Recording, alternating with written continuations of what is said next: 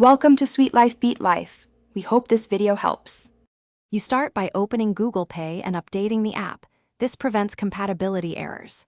Once done, tap Payment Methods and add the card you will use for international charges.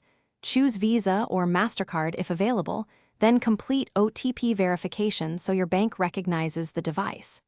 Make sure your billing address and phone match bank records. If they differ, transactions may be blocked. Doing this now saves time at checkout and reduces the chance of a decline due to mismatched details. Next, you set preferences.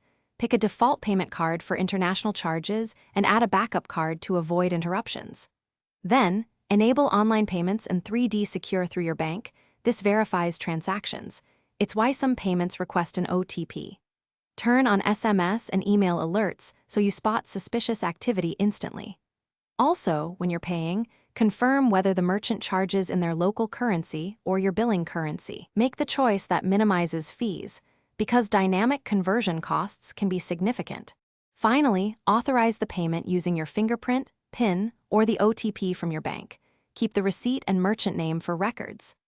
After you pay, check the Google Pay activity and your bank statement within 24 to 48 hours to confirm the amount and conversion rate.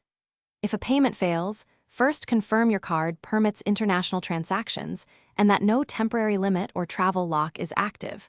Call your bank if needed. A quick tip: reattempt with the backup card or request the merchant to charge in your currency if needed. Thanks for watching.